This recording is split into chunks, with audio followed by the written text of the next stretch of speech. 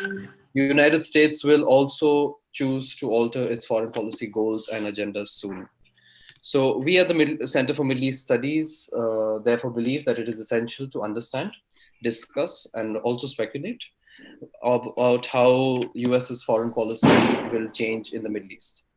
So, with us today, we have some very distinguished speakers, each of whom is an expert on international relations, US foreign policy, and Middle Eastern politics.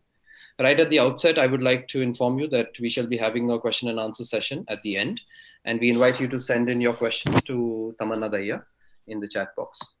So the panelists for today are Dr. Kenneth Holland, Dr. Kamil Habib, we are waiting for him to join, and Dr. Naim Joseph Salim.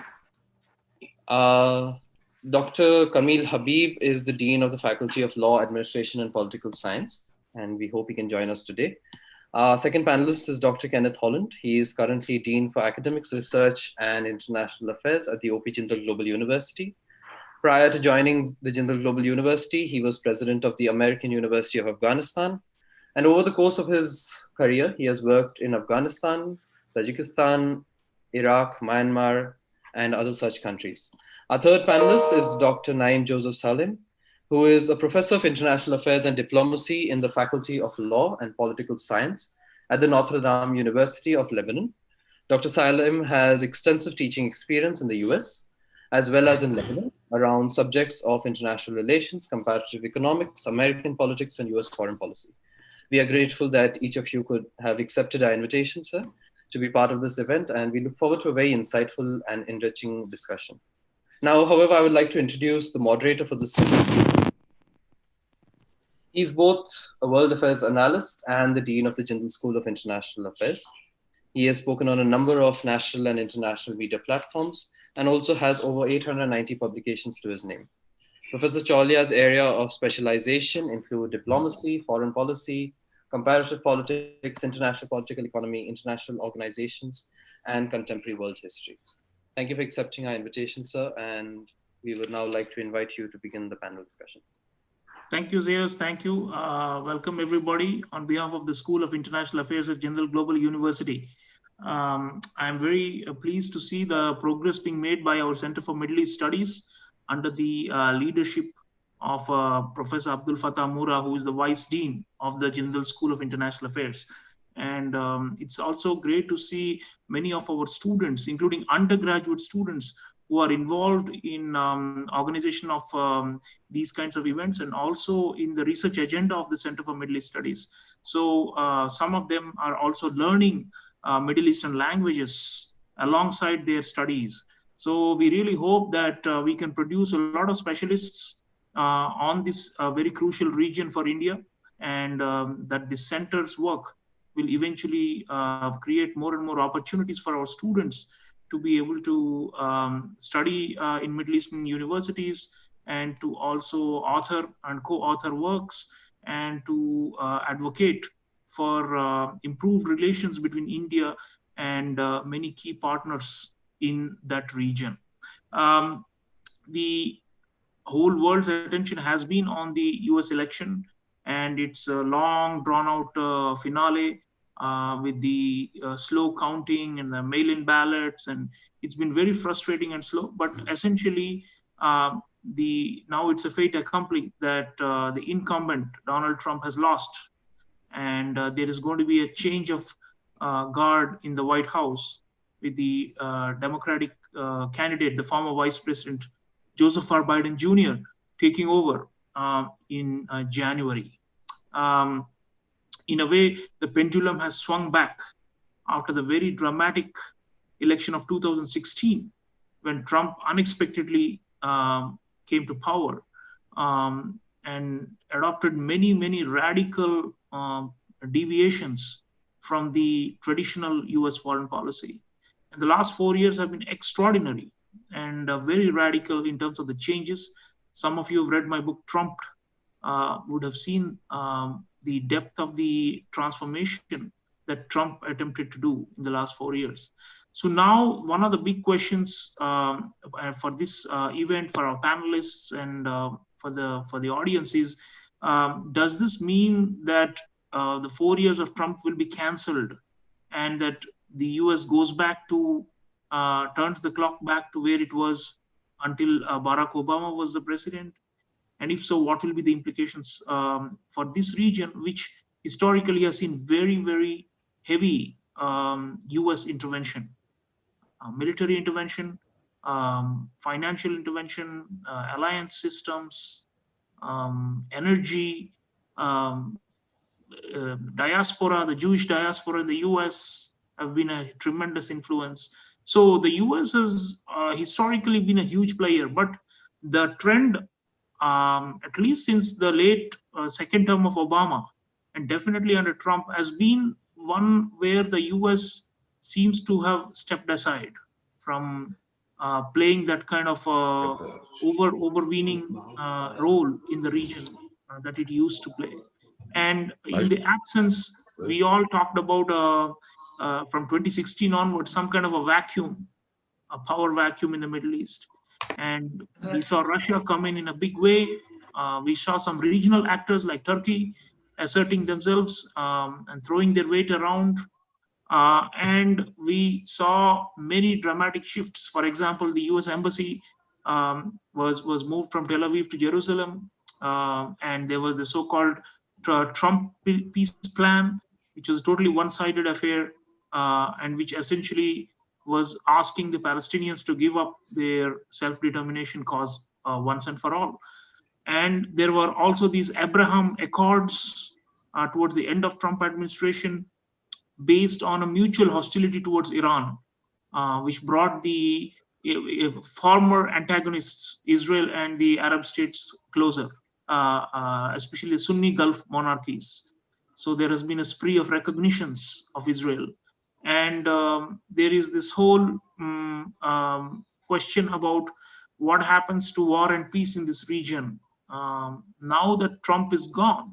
So the first point, of course, as the way I see it, is that obviously the embassy shift cannot be reversed now. I mean, that remains. And what Trump did was very radical, and it departed from the U.S. Belief that it was some kind of a neutral broker between Israel and the Palestinians, which has, of course, historically been the main issue in the region, but less so lately. It's been sidelined.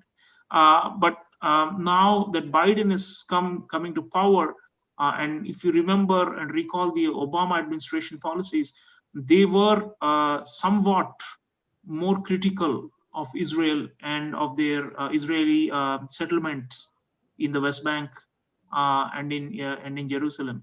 So they were also quite critical of Saudi Arabia and of Saudi actions in the region. So to that extent, the two big US allies may be at a disadvantage with Biden coming in. And that the main US antagonist, Iran, may ultimately get some relief from the sanctions due to the reactivation of the 2015 nuclear accord between the US and Iran, which Trump had cancelled. So if you jumble these factors, it looks like there is a the fortunes may be somewhat, if not reversed, then to some extent they can be altered for all these actors. And already the Western media has been speculating about what this means, what a Biden presidency means for Benjamin Netanyahu, uh, or for Mohammed bin Salman, or even for Recep Tayyip Erdogan, the president of Turkey, because he also benefited from Trump's policies, especially the US withdrawals from parts of Syria and Iraq. So, so if you step back a bit, the question is, what will Biden do? Will he try to completely overturn the Trump legacy of these 4 years? Definitely, ideologically, the liberals in the U.S., they oppose the conservatives, and there is the division. But on the other hand, it bears reminder for everyone that even democratic presidencies have had these allies.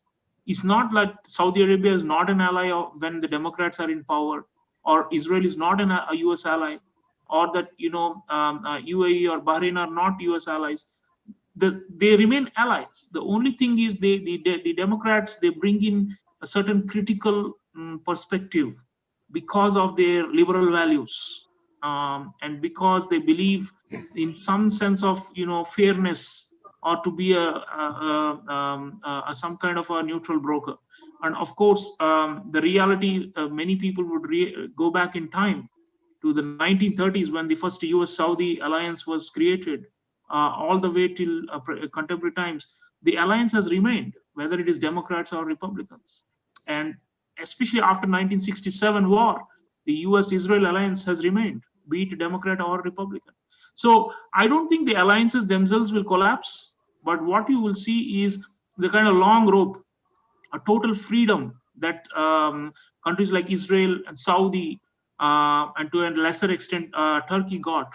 Those will now no longer be available, and they will be some kind of a relief for the antagonists of these countries, especially for Iran and possibly for other countries in the region. Um, so I will stop there, and I'll invite our panelists to come in now and to weigh in all these issues, and to think about what this means. I mean, the larger picture question, of course, is this withdrawal of the US. Diplomatically, they were not present. Militarily, of course, they had bases, and they still have presence, a large presence in almost all the Gulf monarchies, and they still have an alliance with Egypt. But my the question is, how active will the US be? Will it try to shape the outcomes, especially the issues of major conflict, like the tussle between Iran and Saudi on one hand, or between Israel and the Palestinians on the other hand? And will we see a return of the US in a more active or interventionist manner? And it's hard to foresee. So we are, like Zeus, our student, was saying, we will speculate. My own feeling is that the US is tired and is not capable of exerting its influence the way it used to in the past. So although so uh, I think that a lot more will now depend on the local actors themselves, endogenous actors who are on the ground in the region, the major powers: Israel, Iran, Saudi, um, Turkey, and Egypt, to try and shape this region. Although they are all engaged in major conflicts with each other, I think to expect the US to come like a policeman or a sheriff to once again run the show, that era is over. Even though Biden talks about bringing back that liberal internationalism, I think the US will have to fix, first of all, they're going through tremendous coronavirus problem, which we don't know, it may last the whole of 2021, the way it's looking right now. The pandemic is quite bad. The economic crisis is quite bad. That's why Trump lost. It's quite obvious. He lost some white working class voters who were his staunch followers in many of the battleground states because of the economic crisis and of the pandemic. And then the US has to grapple with the tremendous social polarization, the racial divisions, class divisions, ideological fights between different factions that we saw in full bloom during the Trump presidency, and even now after the election, with many of those on the right refusing to accept the legitimacy of Biden's victory. So this is, I think, going to be not the kind of US that people have been used to seeing in the past, or at least those who have long memories. And but nonetheless, the alliances remain, the bases, the military bases will remain, but the energy link is also now no longer so powerful as it used to be. The oil, the US need for Middle Eastern oil, those things are now receding. And I personally believe that the region will have to find its own equilibrium, and that's always better than depending on an outside player, be it Russia or be it the US, to try and create that balance or equilibrium. So how maturely can Saudi and Israel especially bite the bullet and accept the new reality of a Biden presidency and conduct themselves in a different way? How much Iran will restrain itself? I think these are the fundamental questions going forward from a nation state perspective. But maybe we will open this up now, and to get a, I would suggest that we first hear from Professor Kenneth Holland, because he's a specialist on US foreign policy in general and American domestic polity. He's been teaching a course on the elections also, as to what is the overall difference between, generally, between Democrats and Republicans on foreign policy, and with specific reference to this region. And one has to go maybe further beyond just Democrats and Republicans, because Trump was a very unique type of Republican, a very radical, far right Republican. So there are traditional Republicans who may not diverge very much from the Democrats, but Trump took it in a totally different direction. So over to you, Professor Holland, your opening remarks, sir, on what you think will happen to US foreign policy under this new administration, and how you foresee this playing out in the Middle East. Thank you, Shahram. Those are very helpful opening comments. You framed the issues, I think, very accurately. So basically, one of the main differences between a Biden administration and a Trump administration is the role of alliances. So one of the priorities for a President Biden will be to mend the alliances that Trump has injured, primarily the transatlantic alliances. So obviously the relationship between the United States and France, the United States and Germany, the United States, the European Union, those will all be very critical. So this is the context in which to look at the Iran nuclear deal. So, Biden has promised to re-enter the deal with Iran. And one of the main purposes of that is to mend fences with the European Union. So we have to put that relationship with Iran in the broader picture of US-European relations. Another big difference is a Biden presidency will put a lot of focus on human rights. And again, the multilateral system of dealing with issues of security and development around the world. So there'll be a lot of emphasis in a Biden administration on holding Saudi Arabia accountable for its human rights violations, holding China accountable for its human rights violations, Iran also, obviously. Again, but everything that Biden will do, he'll try to do in a multilateral context. So you'll be seeing the United States, rejoin the World Health Organization. The United States will become much more active in the United Nations and its, affiliated agencies. So you'll be seeing a lot more multilateralism on the part of the Biden administration. This is one of the major differences with Trump. Trump, as you know, was a unilateralist and America first. So there'll be a lot of emphasis on Biden's part in restoring America's role as a partner in these international organizations. But another thing we have to keep in mind is that throughout Biden's career in Congress, he's been a great friend of Israel. And this is one of the sharp differences between him and the progressive wing of the Democratic Party. So he will resist all efforts by the leftists in the Democratic Party to isolate Israel or to punish Israel or to try to use aid as a weapon to force Israel to agree to a two-state solution. So Biden has said very clearly he will not use Israel's dependence on the economic and military assistance of the United States to force Israel to come to an agreement, with the Palestinians. And in terms of foreign policy priorities, it's also very important to keep in mind that it was during the Obama administration that US foreign policy shifted away from the Middle East toward Asia. And in fact, President Obama called this the pivot to Asia.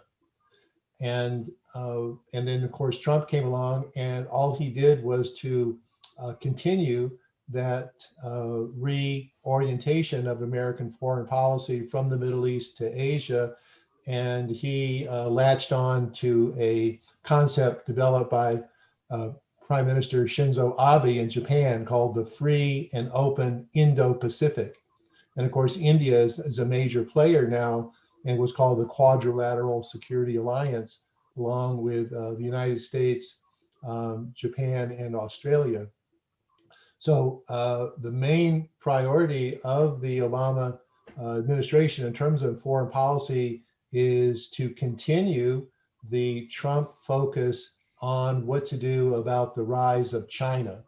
So that's really number one. And again, what Biden has proposed is that we approach the China challenge in a multilateral way. He says, if all the world's democracies work together to contain China, then we'll be much more successful than if the United States tries to do that alone. So it's really a geopolitical rivalry, and Biden wants to approach that rivalry as a member of a very strong alliance.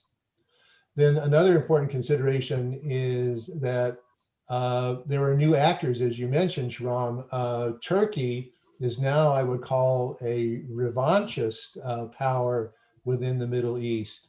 You saw the role of Turkey in the recent conflict between Armenia and Azerbaijan.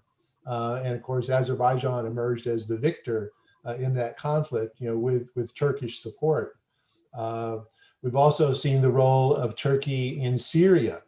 So Turkey is really exercising its muscles, and now we see this very sharp conflict between Turkey and France. So I think the United States will support France in some of its pushback against Turkey's ambitions, to be a major Islamic power in the Middle East. Russia is also a problem, as you know. So Biden will also put a lot of emphasis on containing some of Russia's ambitions as well. So China and Russia, I think, will be the two foreign policy priorities of Biden. And then in terms of the Palestinians, obviously Biden strongly favors a two-state solution. He's opposed to Israeli annexations of portions of the West Bank because it becomes very difficult to put together any contiguous Palestinian territory once you annex these pockets of Israeli settlements on the West Bank. Biden will try to reopen the mission of the Palestine Liberation Organization in Washington. He will reopen the U.S. consulate in East Jerusalem, which is sort of a de facto U.S. embassy to Palestine. He'll also reopen the U.S. policy of providing economic and security assistance to the Palestinians. That will also happen. So I think in terms of the big picture, the Middle East is not as important as Asia, but the U.S. is concerned, obviously, about Iran and about Turkey and about Russia, but it will approach these new players, these important actors, in a multilateral context, working much more closely, especially with the European Union in this region. Great, thank you so much, Professor Holland. Those really laid out the broader parameters of the Biden foreign policy, and maybe it's not wrong to say that Biden will look to strengthen alliances in Europe and Asia, but probably the alliances in the Middle East will be more conflicted because of the reasons that Professor Holland just mentioned, human rights. And I mean, just think about it. I mean, if the Jamal Khashoggi assassination had happened under the watch of an Obama or a Biden, I think the consequences would have been very severe for Mohammed bin Salman. but under Trump, they got away with a lot. The Yemen war, of course, the Yemen war was happening even during Obama. But anyway, so what we'd like to hear from Professor Naeem, I think Professor Habib is not yet here. Is Professor Kamil Habib? Yes, I am. Oh, sir, welcome, sir, welcome, sir. So let me just get you into the conversation and ask for your thoughts. You're in Lebanon, and always, you know, very important country, even though it's small, because it reflects the interests of different players in the region. And how is the mood in Lebanon about Joe Biden? And how do you think the region is going to be reshaped by a Biden presidency, if at all it can be reshaped? My own view is that the US cannot reshape the region anymore, but it still has some cards and some major alliances there, even though they seem to be frayed. So over to you, Professor Habib. Well, thank you very much, Dr. Sri Ram Cholia, if I pronounce it well. Thank you. Yeah. Okay, thank you very much. At the outset, I would like to thank the School of International Affairs and its centers for Middle East Studies for inviting me once again to participate in this panel discussion concerning post-election contours of American foreign policy in the Middle East. I say hello to all my colleagues, Dr. Naeem, Dr. Amura, Dr. Holland. Thank you very much. I prepare some briefing if you don't mind. Please, I prepare. Yeah. I'm not going to do the objectives of American foreign policy from toward the Middle East from a historical perspective. Sufficient to argue that the US had won the Cold War and established itself as the sole broker, as a sole world superpower first, and as a sole sponsor of the Middle East peace process. However, in 2008, the US was to face an unpredictable one that hit its economy and its financial system very well. This financial and economic crisis that hit the US in 2008 had forced the Obama administration to abandon many of its commitment in the Middle East, especially in Afghanistan and Iraq. However, with the onset of the Arab Spring, the so-called Arab Spring or Arab Winter in 2011, the Obama administration changed the policy of constructive instability.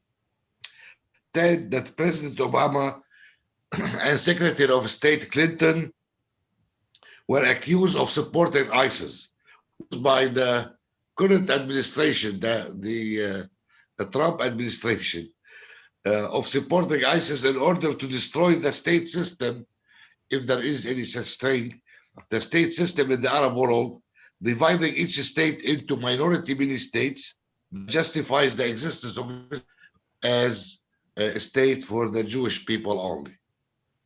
Unlike Obama, Trump perceives foreign policy in terms of business.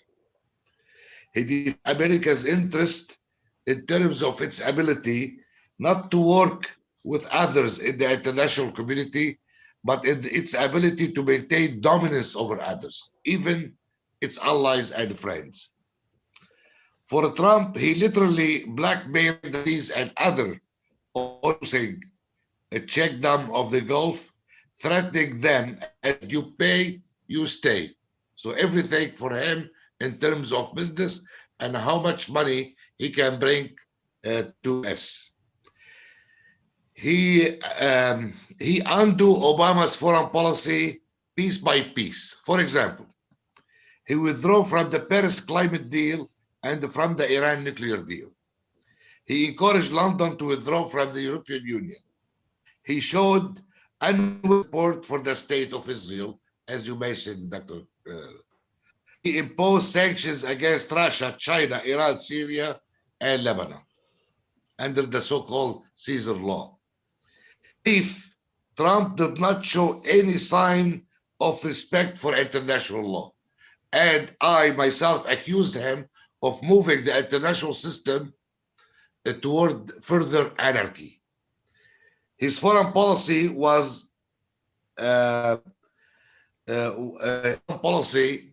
mirrored his personality. His foreign policy was incoherent. He warned of fire and before saying he was in love with the North Korean leader. Trump is a classic post-Cold War president, an outsider who governed a divided country. Critical of foreign allies, he does not know anything about American creed, and he whose ethnicism had destroyed American ideal. What about American foreign policy today?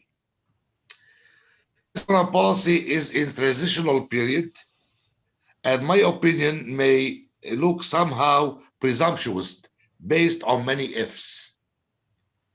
If Biden wins the election, and we see him on the 20th, hopefully on 20th of delivering his speech, if he wins the election, then Washington's policy will go through some kind of restoration, repair, and renovation. A cooperative approach with America's historical allies, especially Europe and Canada. B, repairs of America's image in the Arab world, especially with respect to the Palestinian cause. It was reported that Biden will open, or is ready, a consulate service in Jerusalem. C, renovation of the deal with Iran and renovation of Washington's relations with China and Russia. But until then, conflict and uncertainty reign over American foreign policy in the Middle East. I doubted very much if Biden will be able to force Turkey to rationalize its foreign policy or to pursue less active foreign policy. With respect to Israel, I would say that American continuity rather than change will be the hallmark of American foreign policy in the Middle East and toward the Arab and the Palestinian cause. If I may something about Lebanon, Lebanon is very weak, very divided country. It is confessional, not a democratic state. Lebanon is facing many problems, economic problem, political problem, and he's in the state of disarray.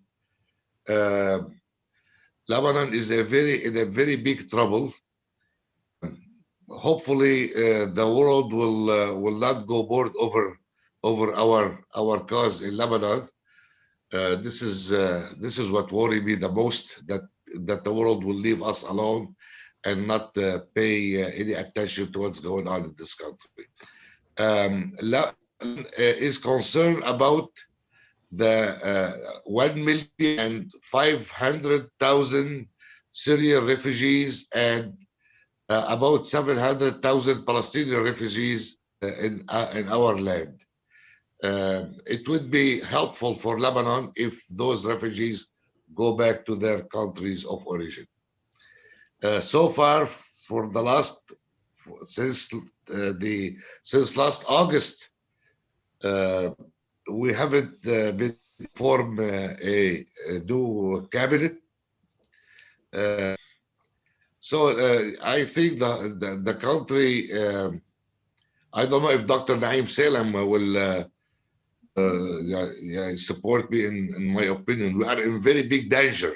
The existence of Lebanon is now at stake. The very existence of Lebanon as a state is at stake these days. Thank you very much. I would be able to ready to answer any of your questions. Thank you, Professor Habib. Indeed, it remains to be seen if a Biden administration will do something about this existential crisis of Lebanon, because in the good old days, the US was supposed to be a strong supporter of Lebanon's neutrality or stability, but Trump, I think, completely disregarded, and we will have to really see what happens, because the US is also going through its own economic crisis. So in terms of a bailout or multilateral banking financial system, the US has fewer cards to play today than it used to in better times. So we will have to see. So last but not least, I am now calling Professor Naeem Salem, who is an international relations specialist. So your thoughts on Biden, Joe Biden? How is the reaction in the Middle East? Are people relieved that Trump is gone, or will some people actually miss Trump? You never know, because the Democrats, they talk soft, but they also have their own agenda, which sometimes angers a lot of people in the Middle East historically. So how are people looking at this transition from Trump to Biden in the Middle East, sir? Well, if I may start by talking about the micro first and then get to the macro picture. Micro, starting from Lebanon, I may pick up where Dr. Kamil has just left. Of course, myself and Dr. Kamil are both Lebanese. We were born here and we lived most of our life is here. I myself lived for 13 years plus in the United States continuously in the 1980s and early 1990s. And the situation over the past year or so in Lebanon has never been this bad since World War I and the hunger that struck the country in World War I due to the blockade, which resulted in the deaths of 1/3 of the population of Lebanon of that time, 1/3. So from 1918 till now, 2020, we are now in the worst situation that we have ever been. And our problems, more than 80%, I like to be precise generally in what I say, more than 80% are foreign instigated problems on Lebanon. Foreign instigated problems as reflected in the civil war or so-called civil war, which erupted in 1975 and lasted officially until 1990. The so-called civil war in Lebanon was actually a foreign war using the Lebanese on Lebanon's territory. It was a regional war, an international war on us.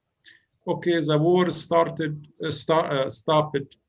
in 1990, primarily due to the United States changing its mind and taking Lebanon to a new path of stability in connection with the Iraq crisis. When George Herbert Bush wanted to focus on Iraq following Saddam's invasion of Kuwait on August 2, 1990, he mended fences with Hafiz al-Assad, president of Syria, in order to put Lebanon under the dominance of Syria in return for Syria supporting the coalition against Iraq and sending troops to Saudi Arabia, which it sent 40,000 Syrian troops to support the coalition against Iraq. For President Hafiz al-Assad, actually, he didn't have much choice except doing that in order to save Syria as much as possible. And ever since that war, our Lebanon has come to fall under Syrian dominance by about 30–40%. Another 30–40% of the dominance was, military security dominance was exercised on us by Syria, political dominance by Saudi Arabia through Mr. Hariri, and economic dominance by both the Saudi and the American. So there was some kind of tripartite umbrella put upon us, regional and international umbrella, which kept the situation more or less standing on its feet in Lebanon. until the coming of the Trump administration. And the Trump administration and Trump himself being personally involved in everything, he seeks to trespass institution and the establishment in the United States. And through the sanctions put on us and on Syria, and as a consequence of the 10-year war on Syria now, the destruction of the economy of Syria, the destruction of Syria as a society, all of this reflected very badly on us. Officially, we have the costs of the Syria war on us have surpassed $40 billion over the past 10 years. $40 billion for a small country of 5 million people. Of course, the consequences of the international war on Syria, and it is an international war on Syria, it is not a war for human rights or political rights as claimed. At least $500 billion so far, the losses on the Syrian economy and the Syrian people, and around $500 billion, and that's a huge amount of money. To top it all, they put us over the past year in Lebanon, American sanctions on us, plus the sanctions, the tightening of the increasing sanctions on Syria. This has come to devastate the Syrian economy first, and also Lebanon's economy. Lebanon's economy cannot function without relying on Syria. Syria, we have about 340 kilometer common border with Syria, and Syria is the window and the door of Lebanon through to the Arab world. The fact that Syria went into total instability, this has very much affected our economy very badly and political situation very bad. On top of that, the demonstration which started in Lebanon on October 17 last year put Lebanon on the path of total instability. And propaganda-wise, those demonstrations were for human rights, for political rights, for democracy, blah, blah, blah. But actually, most of these demonstrations were directed by foreign powers. The Arab Spring started on the Arabs officially in 2010, 2011. It reached us in Lebanon in full swing in last year, in September, October of last year. The demonstration has rocked the country, caused the economy to collapse. Then there came along with it the collapse of the banking sector, the flight of many money from Lebanon to the outside. Between September 2019 and February 2020, more than $30 billion were siphoned off from the Lebanese banking system to abroad. This has rocketed the financial reserves of the country. And those in charge of the political system and economic system and the central bank, they were opening the banks during the demonstration and during the lockdown. They were opening the banks to the big shots to transfer their money abroad. This has gradually led to the collapse of the value of the Lebanese money and the Lebanese lira. The value of the Lebanese lira over the past year has gone down by some 80%. Given that the money has been siphoned off to the outside, given that export and imports have stopped, and the jewel of our economy for 5-6 decades, our economy in Lebanon, 7 decades, has been the banking sector, some of the most successful banking sector in the world. And banking secrecy was bringing money from the Arab world and from the Middle East to us. The fact that the money, the system collapsed, this has led to the collapse of the economy as a whole. And this has been catastrophic on us. To top that, there came, like the rest of the world, the problem of Corona and the lockdown. And to top it all, then there came the explosion that hit Lebanon on August 4, 2020, 100 days ago. And this has really devastated us. The explosion's consequences on the economy are in the neighborhood of $15 billion of losses. Beirut has been devastated. About 40% of Beirut was destroyed, either partly or wholly. The seaport of Beirut, the most important seaport on the Eastern Mediterranean, all of the Eastern Mediterranean was devastated. So there couldn't have been any worse scenario falling on us than what has fell on us over the past year in particular. And this coming cumulatively over previous problems for the past 40, 50 years. So our situation in Lebanon is really extremely bad. And Mr. Trump made it worse with his tightening of the sanctions on us. The sanctions which are preventing money from coming into the country. And for an economy like our economy based on services, we rely primarily on transfer of money in and out, free transfer of money. And now all of it is very much concentrated. Our money, we as Lebanese, myself or Dr. Habib, for instance, we all Lebanese had or have deposits in bank.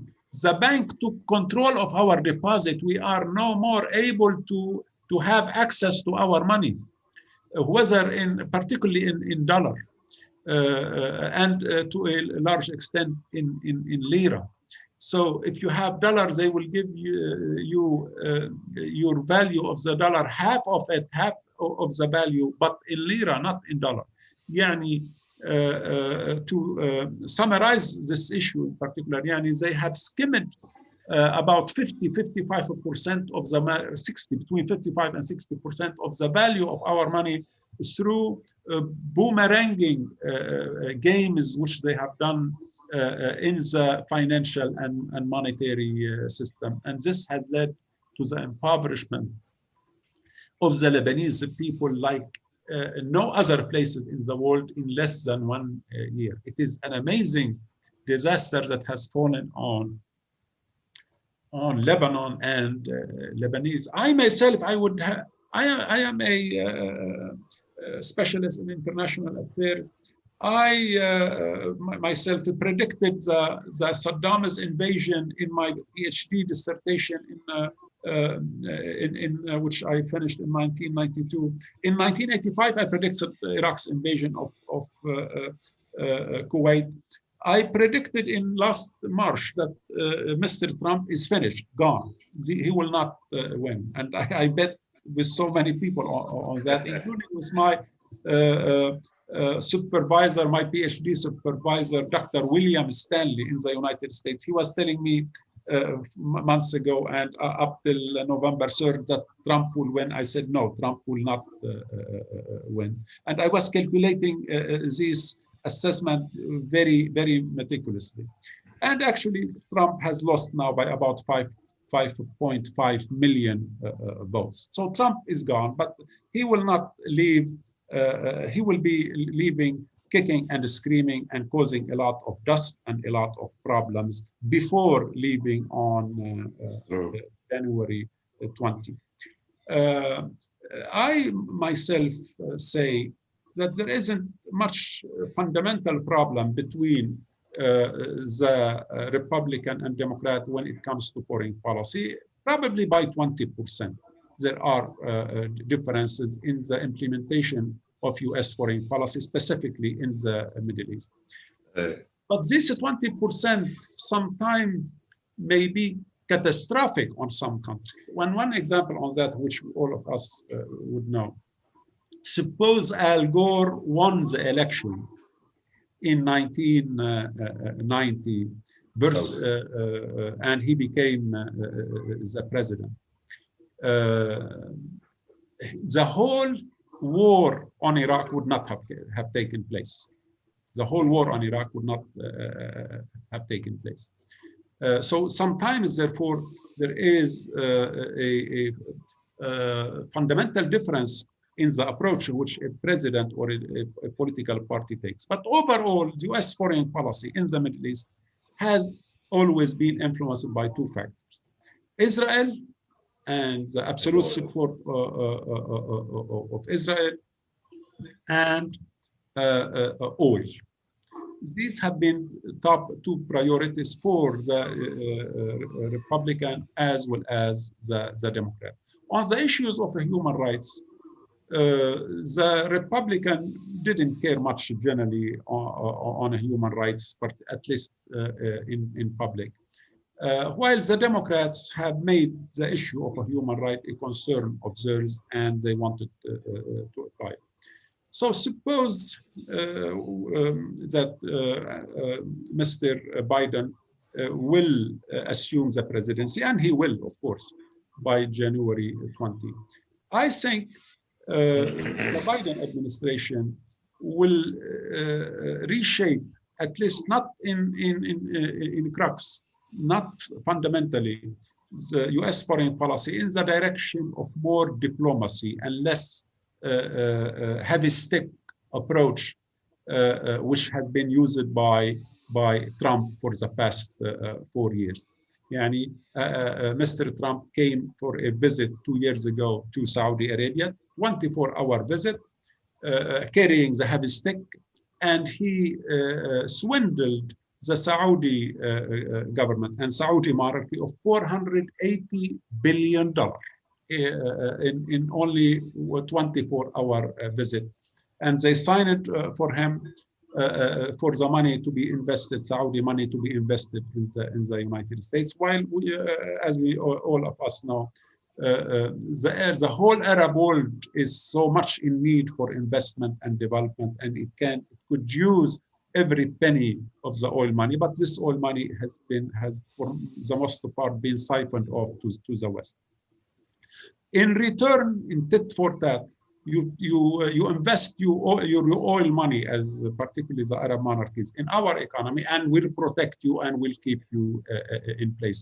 Whatever you want to do with a human right, kill Khashoggi, another 100 Khashoggi, another 1,000, no problem, as long as you follow our overall instruction. And for the most part, the monarchies of the Arab world, all of them, the 6 Arab monarchies in the Gulf, in addition to Jordan, in addition to Morocco, they like very much the Republicans. They are wary of the Democrats, particularly when they hear the Democrats talking about the human rights. And the issue of the human rights, they believe that this is baloney for them. So the Republicans are their good buddies. They're good buddies. They let them do what they want to do, and what basically they want to do is more and more authoritarianism and more dictatorship, and more siphoning of the resources, the oil resources and gas resources of the Arab, and spending it on war. As we know, over the past 10 years, the Arab monarchies have spent more than $300 billion. More than $300 billion on war. On the war on Syria, the Arab monarchies have financed this war to the tune of $200 billion on Syria alone. On Yemen, the Saudi alone have so far spent no less than $150 billion on Yemen, and so it goes. They participated in the destruction and invasion of Libya. They financed the NATO and the Western country to come to destroy Libya, and now they are destroying Yemen into their 6th year of the war on Yemen. It is a disaster, and unbelievable, the disaster of Yemen, similar to our disaster in Lebanon. So instead of the oil money being used for the development of the Arab world and education of the Arab world and eradicating illiteracy in the Arab world, the oil money has been used on wars and more wars throughout the Arab world.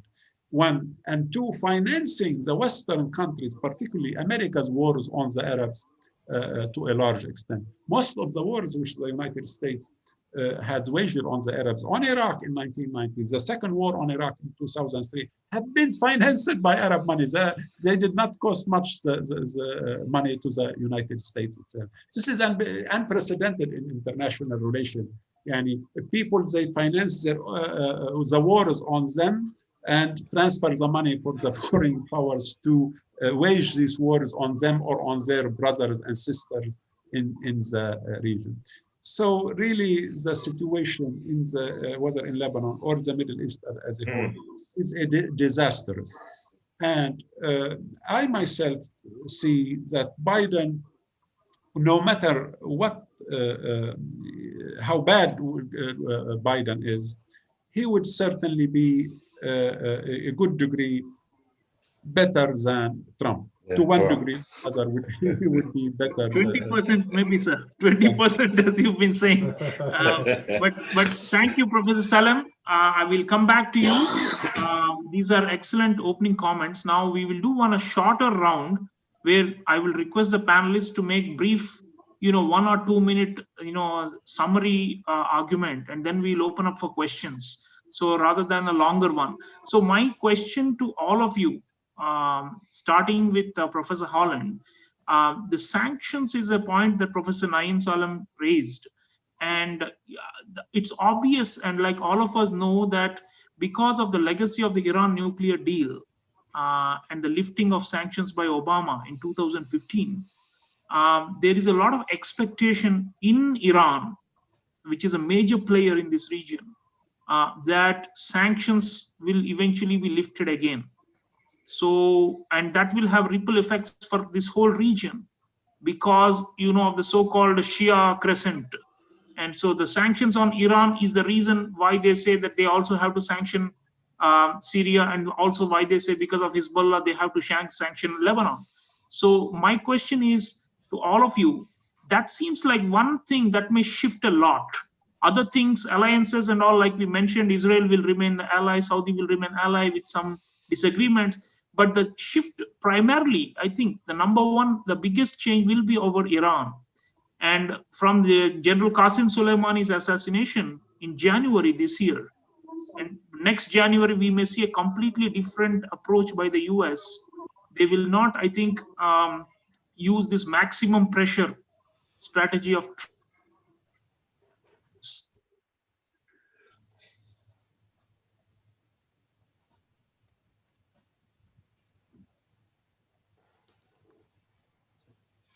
percolate to the Arab masses and to the Iranian masses, which we have been talking about, who have been suffering under sanctions.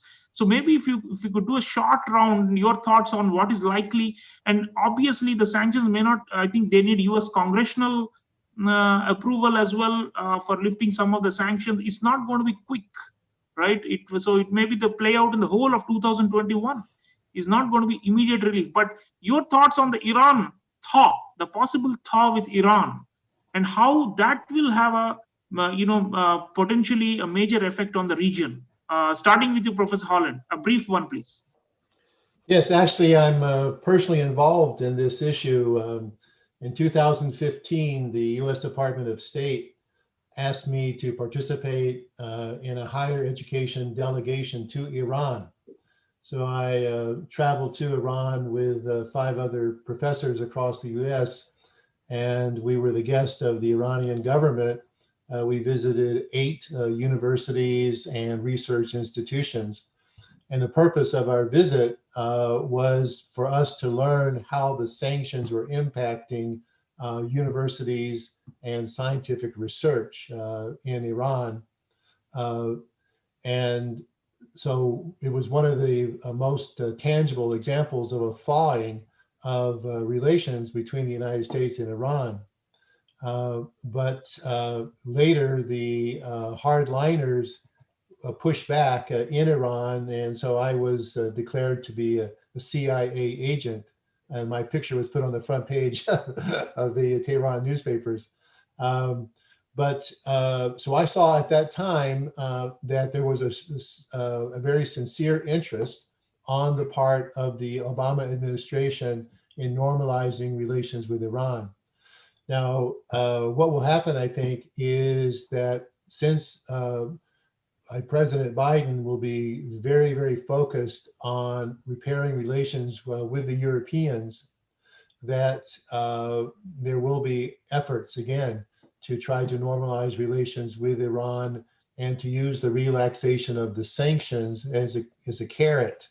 And I think you're absolutely correct that if Iran does agree to comply with the nuclear deal and reduce its nuclear plans and capacities, then that will also have a ripple effect on Syria and on Lebanon. So in terms of Congress, Congress will be very pro-Israel, both Republicans and Democrats for the most part.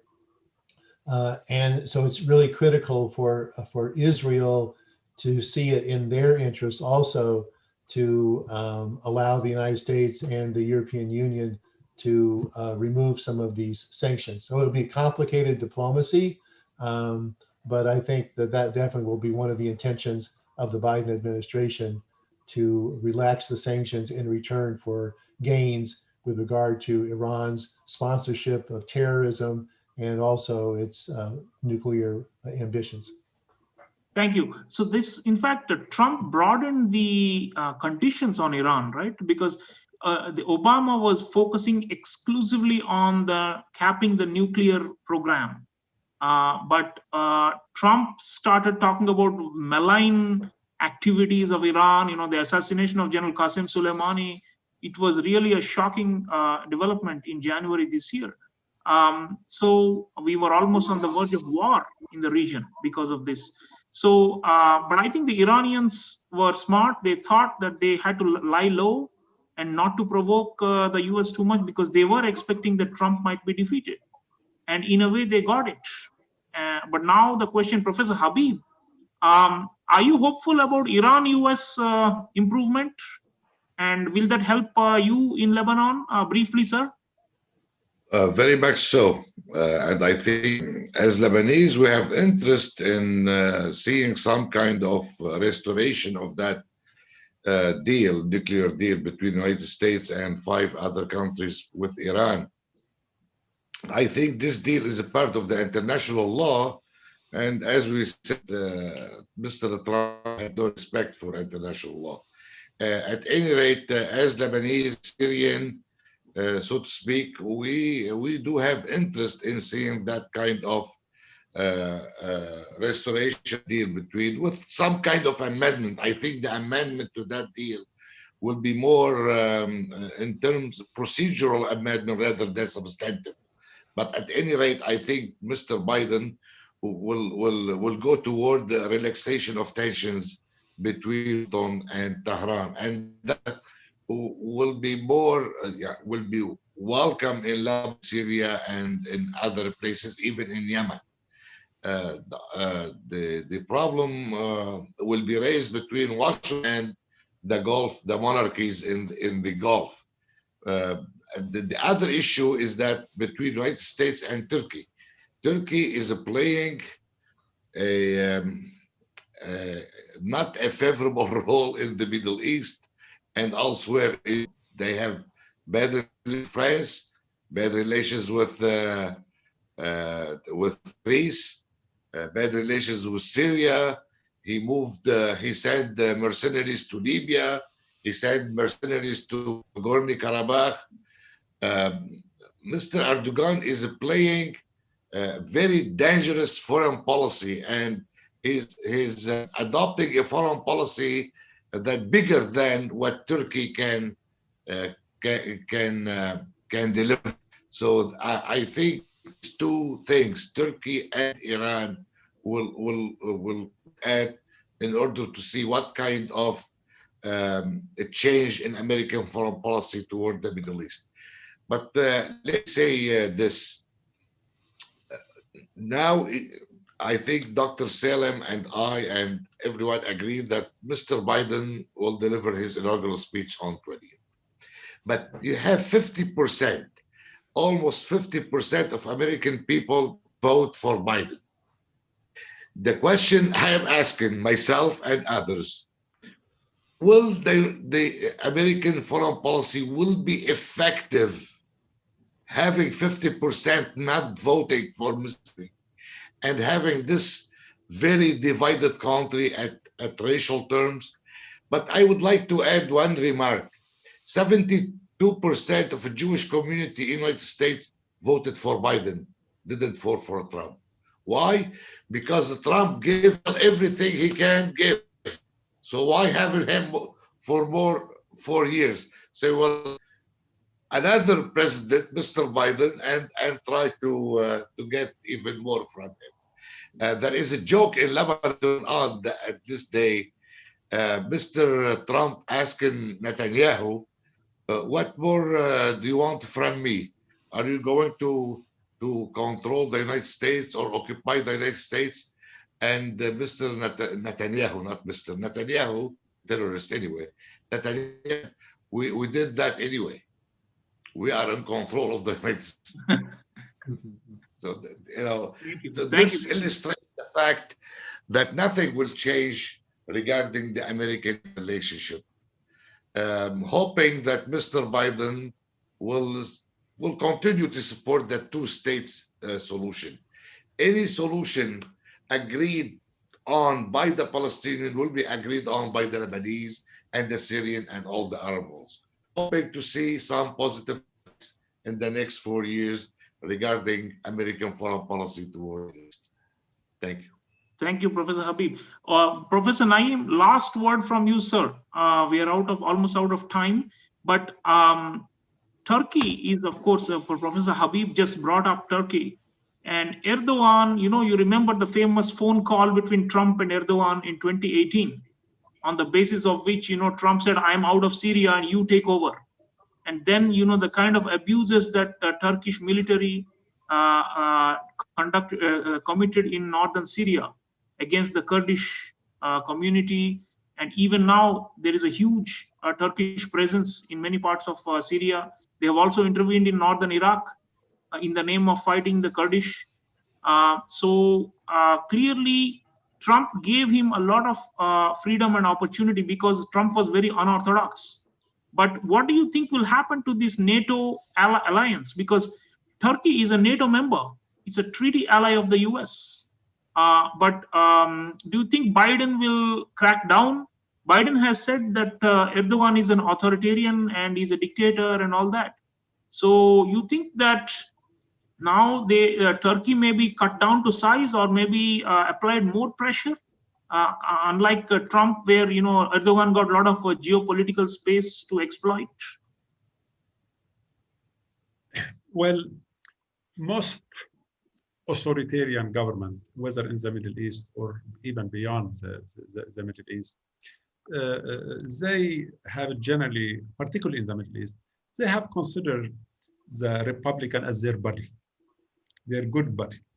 They don't like the Democrat. And this applies on Mr. Erdogan in Turkey. However, it was the Obama Democratic administration which launched the Arab Spring along with Secretary of State Hillary Clinton, when she used to tour the region and raise the victory sign along with militia, Islamist militia in the region. Mr. Erdogan has been the number one tool used by the United States in the context of the Arab Spring and the waging of the wars on the Arabs, specifically on Syria. 70% or more than 70% of the war on Syria has been undertaken by Erdogan.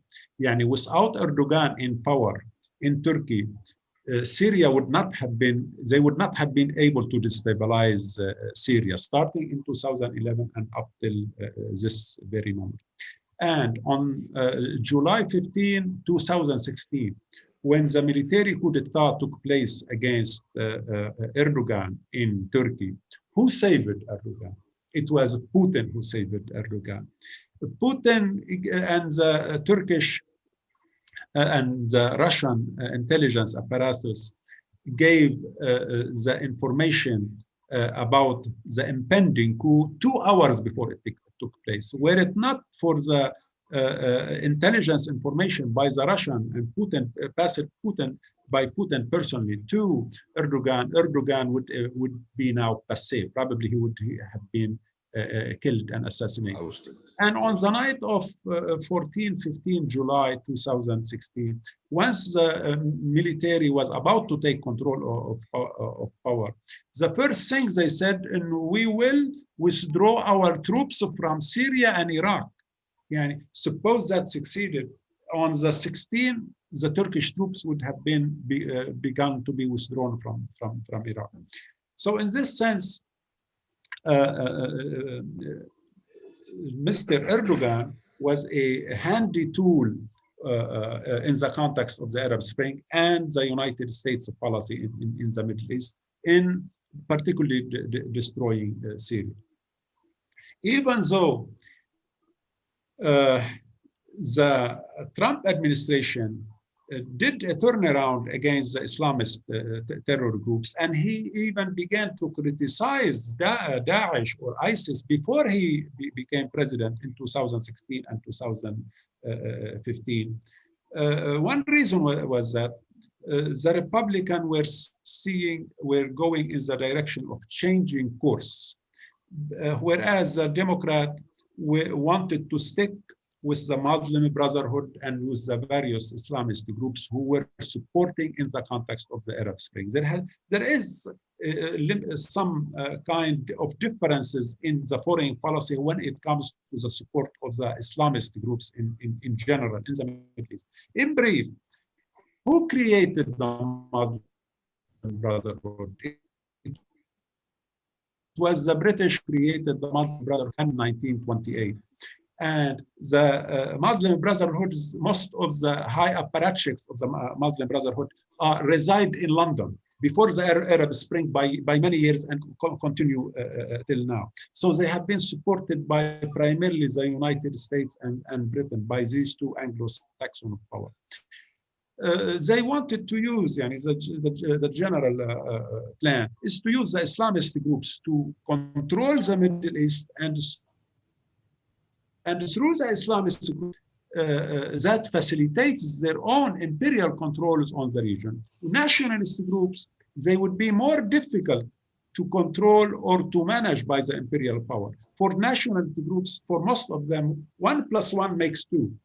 For Islamist groups, whether ISIS or Muslim Brotherhood or other, 1 + 1 may not make 2 because God may say otherwise. So it is therefore easier for the imperial power to dominate the region by using as tools the Islamist groups in the region. And up till this very moment, most of the Islamist groups are still to one degree or another supported by the United States. The various political Islamist parties in Maghreb, in Morocco, in Tunis, they are supported by the United States now, as we speak. In Jordan, the Muslim Brothers are supported by the United States and Britain. So I don't expect that the Anglo-Saxon foreign policy to get out of this paradigm and leaving the Islamist groups. And one example on that, the United States waged a bloody war and invasion of Afghanistan after 9/11 in 2001. And then they waged this destructive war on Afghanistan, on Taliban specifically. And what did Mike Pompeo do 2 months ago? He attended a conference in Doha, in Qatar, in which the United States basically signed it again on bringing Taliban into power after 19 years of fighting with Taliban. So they have this love-lost affair with the Islamist groups for ulterior motives. ulterior motives, because it is easier for them to control the region by using religion and using. Professor Salem, let me interrupt you there, please, in the interest of time, but point is well taken. Now, the question is, will Biden administration also promote Islamists in the region for strategic reasons, maybe for democratization? Because most of the authoritarian regimes, they may say, the ones opposing them are like the Muslim Brotherhood. So therefore, in the name of democracy, you can see that how that might further destabilize the region. But let us see, Zeus and Tamanna, do we have any questions from the audience? We're almost out of time. Can we have any questions, please? Thank you for that, Professor and Dean. It was a very engaging conversation. There are a few questions on the chat box as well as our YouTube channel. However, they've mostly been covered through the conversation, as they have been on the further position of the US on Turkey as well as Iran. I think we've had a substantial conversation with that. But one question which still remains is that with respect to the Arab-Israel crisis in the Middle East. So there's been a question which talks about, a lot of speakers spoke how Biden has been supported by almost 77% of the Jewish voters in the United States who didn't vote for Trump, knowing that Trump has almost given everything to the Jewish cause. Furthermore, Biden has been said to be a pro-Israel, a nominee for the U.S. Presidential elections throughout his campaign as well. And considering he has not really mentioned the word occupation in his foreign policy platform till date regarding the West Bank, do you really think this pro-Israel position of Biden will be of any benefit to the Palestinian cause? And knowing Arab countries like UAE and Bahrain are going to follow through with further cooperation with Israel, do you think there is still like a future for the Palestinian cause under the Biden administration? And if yes, then how substantial is it going to be throughout? Good one. I'll throw it back to all the panelists. I think the Palestinians have always felt that the US was not really a neutral broker, and even under Democrats. The question is of degree, right? It's not really a case where the Democrats are very fair and they really believe in justice, while the Republicans are very, very unfair or driven by selfish interests. I think it's more nuanced than that, and there have been major works by Palestinian authors challenging the idea that actually the US they say was a dishonest broker throughout, even under Democrats. So maybe would panelists very briefly, maybe in 30 seconds, quickly before we wrap up, give your view on this? Can America become again a mediator? Can we see another Oslo type of process under Biden, which is fair to the Palestinians? Can we see a two-state? Can we see a independent Palestine being formed in the next 4 years? Before, who knows? Because the way the policy fluctuations are, volatility is so great that in 4 years you may again see a Republican in the White House. The way the divisions are in the US. So 4 years window. Should the Palestinians be hopeful that they can get a state, or is it just out of reach now? It's over. The dream is over. Yeah, please, briefly. I would say that if Trump had been reelected, the prospect of a two-state solution would have been completely impossible, completely. But with the election of a Democratic administration, that hope is still alive. So I think this will be actually a priority of the Biden administration to maintain the possibility of a two-state solution. Great.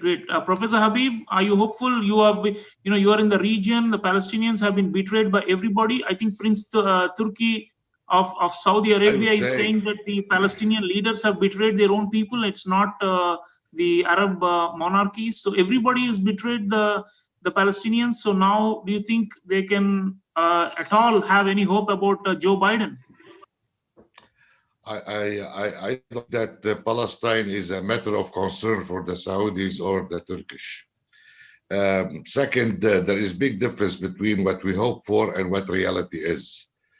Protection of Israel has been a hallmark in American foreign policy. The main thing when it comes to American foreign policy toward the Middle East. However, we hope Mr. Biden, who called himself a Zionist during this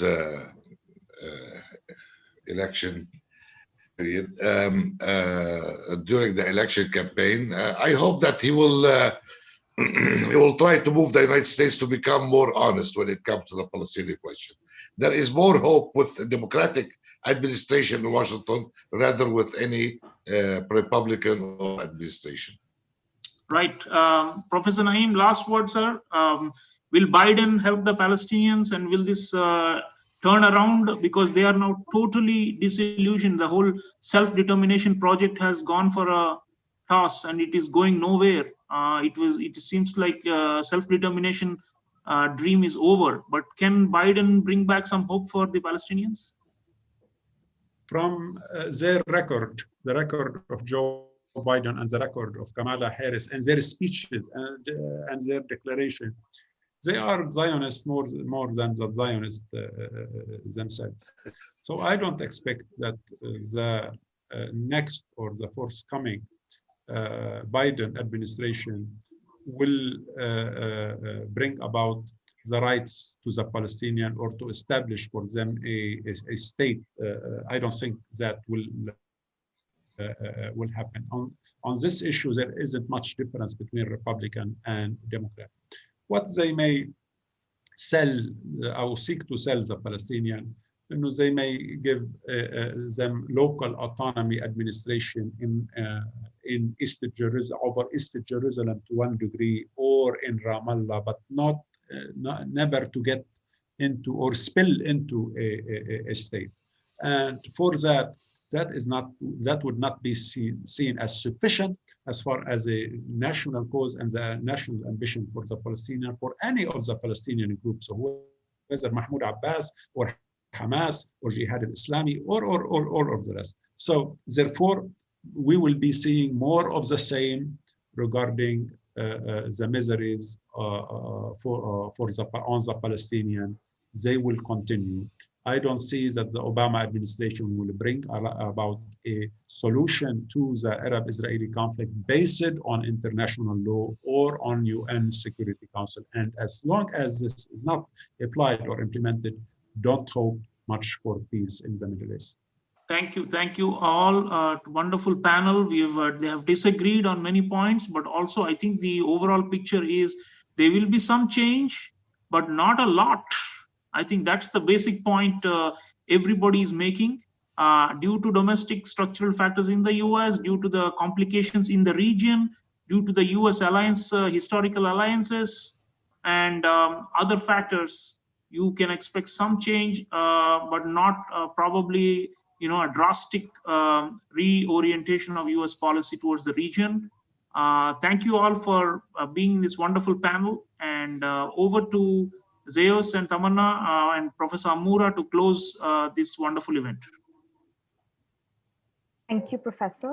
I would like to invite Dr. Amora to give the closing remarks. To give you a brief introduction of Dr. Amora, he is the Professor and Vice Dean at Jindal School of International Affairs, and Professor is also the Director for the Center for Middle East Studies, under the auspices of which this panel discussion is being organized. Furthermore, Dr. Amora has served as a career diplomat for more than 33 years and has served in a lot of places, including India, Cyprus, and Jordan, to name some. Furthermore, Dr. Amora has also served as the deputy to the Syrian foreign minister from 2007 to 2013. And apart from being an avid reader and a prolific writer, Sir has also spoken at many conferences and panel discussions regarding the Middle East. Lastly, Professor has authored 4 books in the Middle East and has translated about 12 books on issues of international relations, world politics, and the Middle East. I would like to now invite Dr. Amora to give us the concluding remarks for this very interesting panel discussion. And I would also like to thank each and every panelists and Dean Sriram for showing up and for assisting us with this panel discussion. So thank you.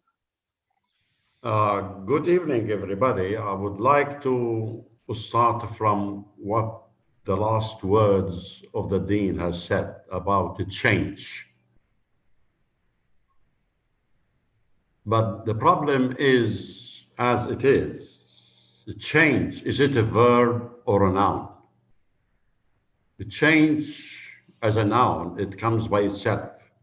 There is natural change. But change as a verb is to change.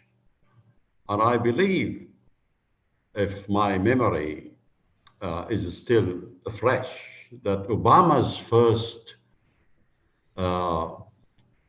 campaign for his first elections, the motto was a change. And the second was to change. Now, change is the dooms of the day, and everybody is changing. And the change here is to be by consent and through negotiations based on international law. If there is no respect to international law, when, others' territories are being granted to an occupation force, there is no international law. And if one goes to the history of all nations and history of all,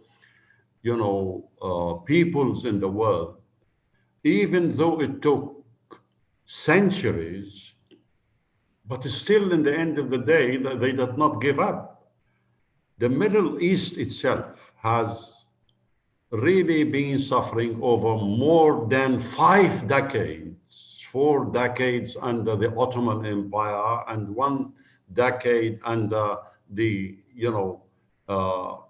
colonial powers. And now there is another decade. You mean century? Century? You mean century, not decade. Yeah, I'm sorry, century.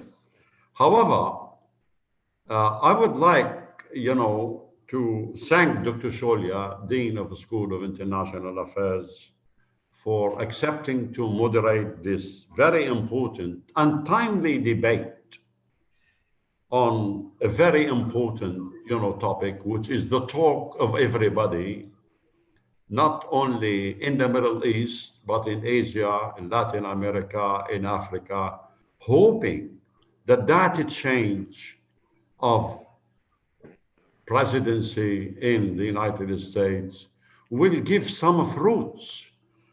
I would like also to thank the 3 distinguished panelists, Dr. Kenneth, Dr. Camille, and Dr. Naeem, and thank also the Damana and Zeus for their very, very important follow-up and efficient, dynamic performance. So it is not only to promise or to pledge, it is to do it. As we say, don't tell me, but let me see. But still, don't let me see, but let me touch. But don't only let me touch, but let me eat.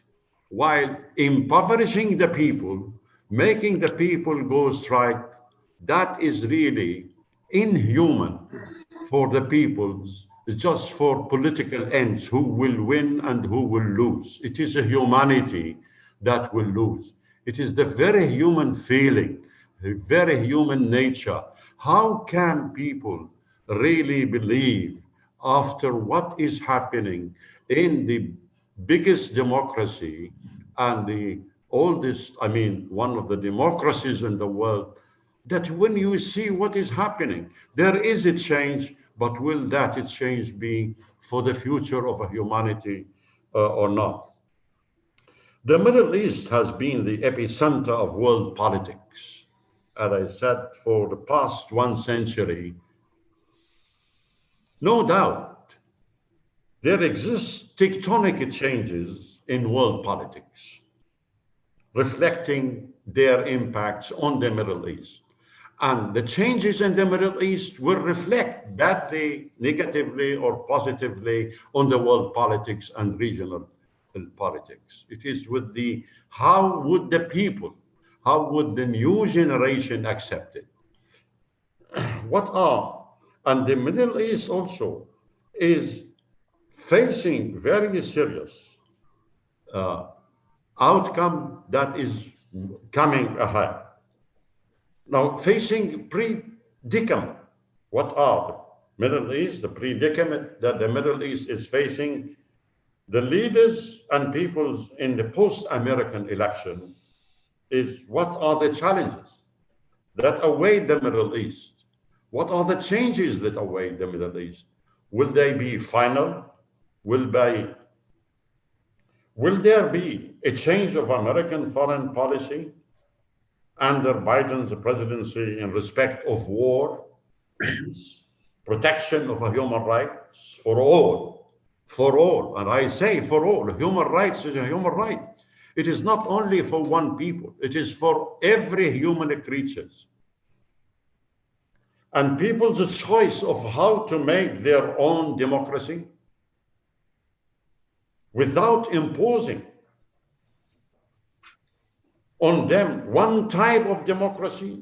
If the new administration really respects democracy after it has experienced the hard experience with the Trump democracy in ancient times,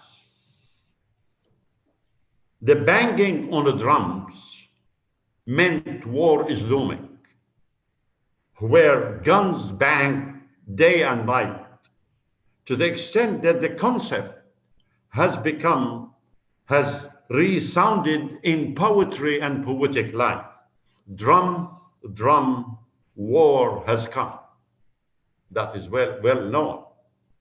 Truly then, if that is the case, one can easily see from the early days of a Trump administration, one can say, drum, drum, Trump has come, which means war has come.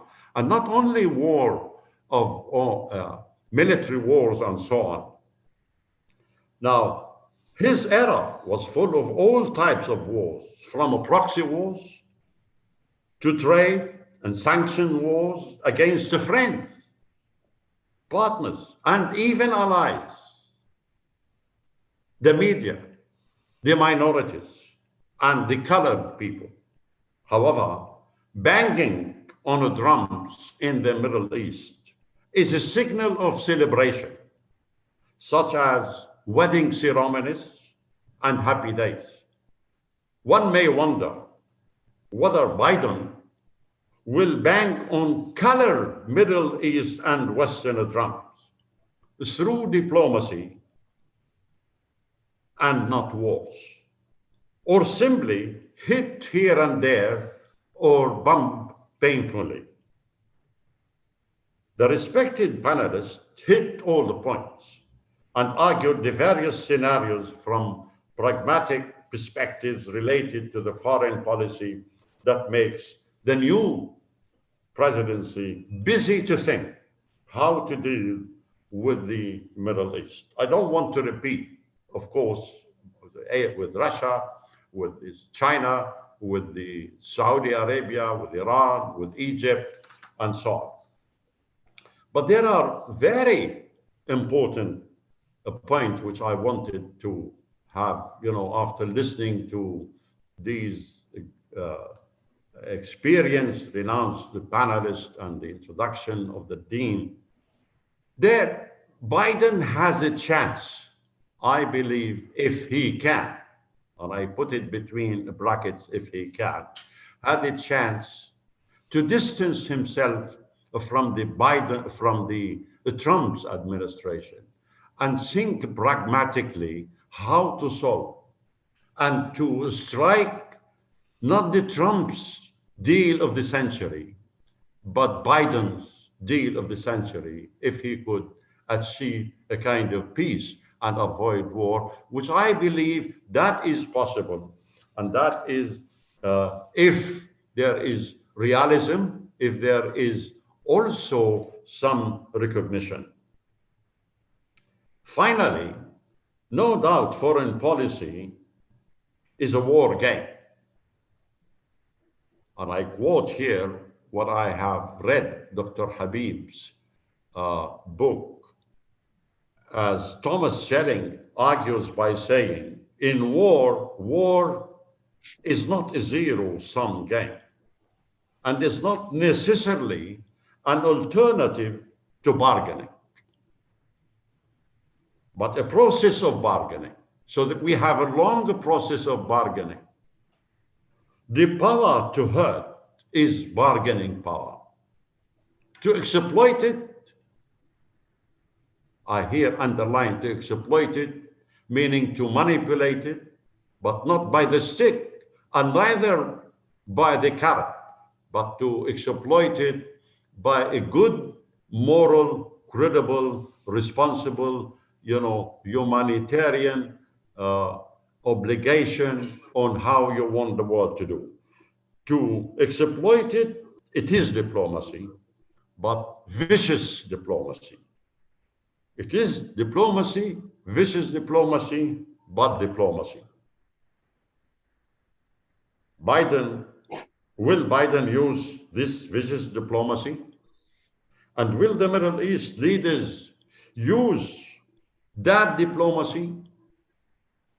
It is the very core of rationality to avoid war, but without sacrificing your essential principles of sovereignty and inalienable rights to exist independent without any pressure. Can diplomacy work under sanctions, threats, while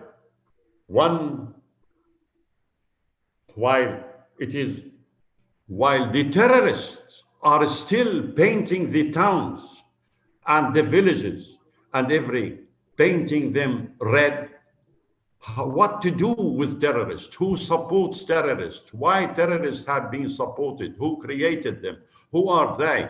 171,000 foreign mercenaries and fighters came from every nook and corner from outside to Syria to fight, supported by Erdogan and by the Americans and their allies. Anyway, the question is, I believe it is a foggy diplomacy.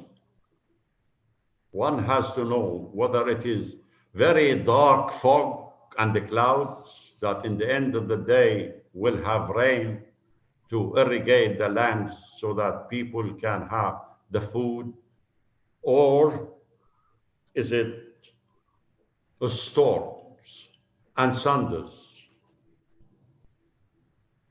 that would strike the Middle East, whereby that would lead? What would be the other question? What about the other forces in the world? That is, I believe this is really a dilemma, but I am optimistic. Let me be optimistic rather than be pessimist. I'm optimistic that there are new facts on the ground. There is no way but for negotiations. The rights of the Palestinians, how come, the rights of the Syrians, the rights of the Lebanese, the rights of all to live in peace and security, why there is no peace? If you want a stable Middle East, protection of human rights, we have to protect also the rights of sovereign states in their own territory and solve our problems through the interdependence theory. No one single power in the world. Look to all empires, what happened to them. Now, even look to the new emerging American empire. Now, let's hope it will be ending fine, so that anything that would come to, as Shakespeare said, all well that end wins. Thank you very much for listening, and you are welcome. Thank you, Professor Kenneth. Thank you, Dr. Habib. Thank you, Dr. Naeem, Tamana, Zeus, and thank you, Dr. Sriram. Had it not been for our dean's support we would not have been, knowing each other and sharing good opinions, hoping that we have to think pragmatically, rationally, to try to rationalize the irrational and irrationalize the irrational.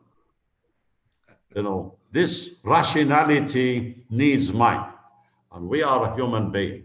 We can either be devil or angels.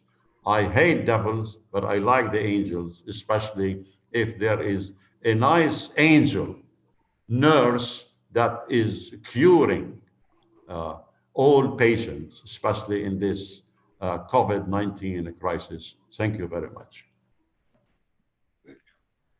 Thank you Professor all. Mora. Thank you, Dr. Habib. Thank you, Dr. Thank you. Salim and Thank Dr. you. Holland. Thank you so much for your insightful Thank you. remarks. It was a Thank you. huge Thank you. success. Thank you. It was a very pleasant forum, very nice forum. You are most welcome, sir. Hope pleasure. Thank you so much. once COVID-19 crisis is over, we will see you on our campus. Hoping so. We Okay. hope so. That would be nice. Okay, you're most welcome. Most welcome.